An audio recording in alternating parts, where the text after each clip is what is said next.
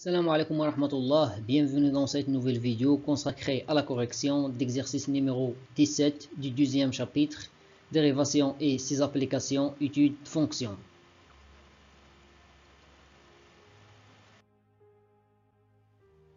L'énoncé d'exercice qu'on va essayer de corriger dans cette vidéo, dans chacun des cas suivants, calculer la dérivée de la fonction f. Commençons par le premier cas. Calculons la dérivée de la fonction f définie par f de x égale la racine quatrième de x carré plus x plus 1. Pour calculer ce genre de dérivée, on utilise la propriété. La fonction racine énième de g est dérivable sur un intervalle donné i, c. Quel que soit x appartienne à i, gx supérieur strictement à 0. Et aussi, g est dérivable sur cet intervalle. Alors, pour notre cas, tout d'abord, déterminons df l'ensemble de définitions de la fonction f. On a df, c'est tous les nombres réels pour lesquels l'expression qui se trouve sous la racine est positive, c'est-à-dire x au carré plus x plus 1 supérieur ou égal à 0. Et pour résoudre cette équation, on va calculer le discriminant delta.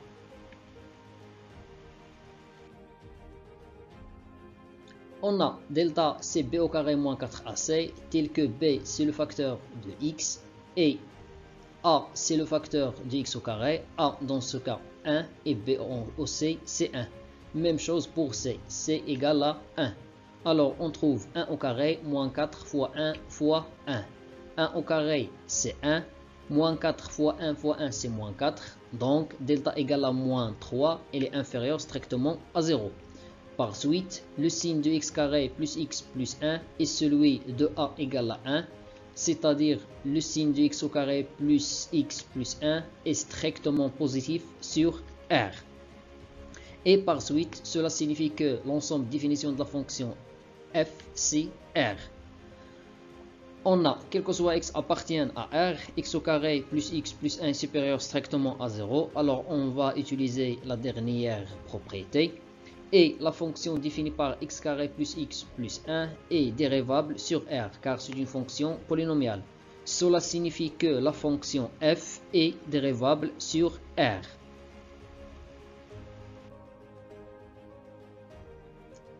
Et on a la dérivée de f, c'est la dérivée de cette expression.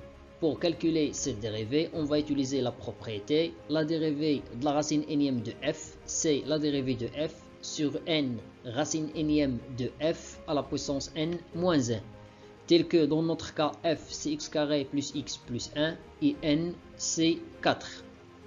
La dérivée de x carré plus x plus 1 c'est 2x plus 1. La dérivée de x carré c'est 2x. La dérivée de x c'est 1 et la dérivée de 1 c'est 0.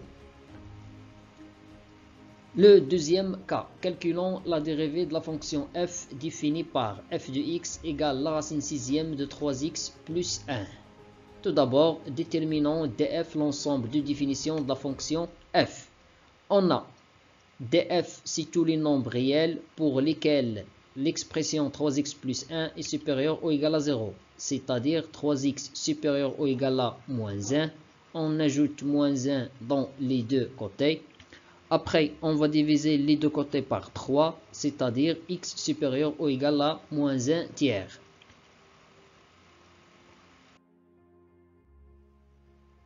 Et par suite, cela signifie que l'ensemble de définitions, c'est l'intervalle moins 1 tiers plus l'infini, fermé en moins 1 tiers. On a, quel que soit x appartient à l'intervalle ouvert, moins 1 tiers plus l'infini, 3x plus 1 supérieur strictement à 0. Remarquez ici que l'intervalle est ouvert et j'ai ici strict, car en moins 1 tiers, cette expression égale à 0. Et aussi, la fonction définie par 3x plus 1 est dérivable sur R, car c'est une fonction polynomiale. Donc, elle est dérivable sur l'intervalle moins 1 tiers plus l'infini. Alors, la fonction f est dérivable sur cet intervalle, puisque l'expression qui se trouve sur la racine est dérivable et strictement positive sur cet intervalle.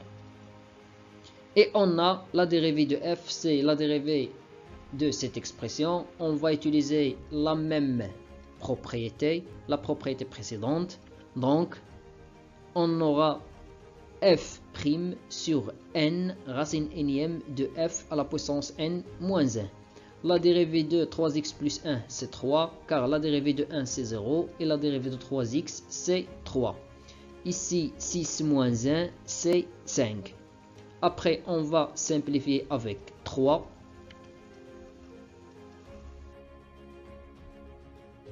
On aura cette expression 1 sur 2 racine sixième de 3x plus 1 tout à la puissance 5. Le troisième cas, calculons la dérivée de la fonction f définie par f de x égale 3 racine troisième de x au carré moins racine carrée de x. Tout d'abord, déterminons df l'ensemble de définition de la fonction f. On a df c'est tout les nombres réels pour lesquels x au carré est positif, la première expression, et aussi x est positif, la deuxième expression. X au carré est positif, c'est-à-dire l'ensemble R.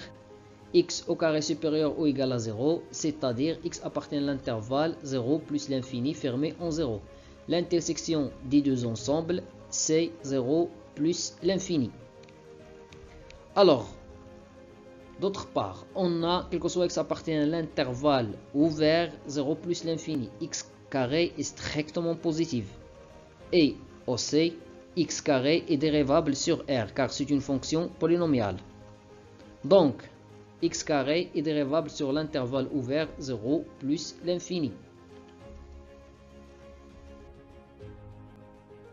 Alors, cela signifie que la fonction définie par racine troisième de x carré est dérivable sur l'intervalle ouvert 0 plus l'infini. Donc, la fonction définie par 3 fois racine troisième de x carré est dérivable sur l'intervalle 0 plus l'infini comme multiplication d'une fonction dérivable par un nombre réel. Et la fonction définie par racine carrée de x est dérivable sur l'intervalle 0 plus l'infini. C'est une fonction usuelle. Alors, elle est dérivable, alors la fonction définie par moins racine carrée de x est dérivable sur l'intervalle ouvert 0 plus l'infini comme multiplication d'une fonction dérivable, racine carrée de x, par un nombre réel, moins 1. Et par suite, la fonction f, définie par cette expression, est dérivable sur l'intervalle ouvert 0 plus l'infini, comme somme de deux fonctions dérivables.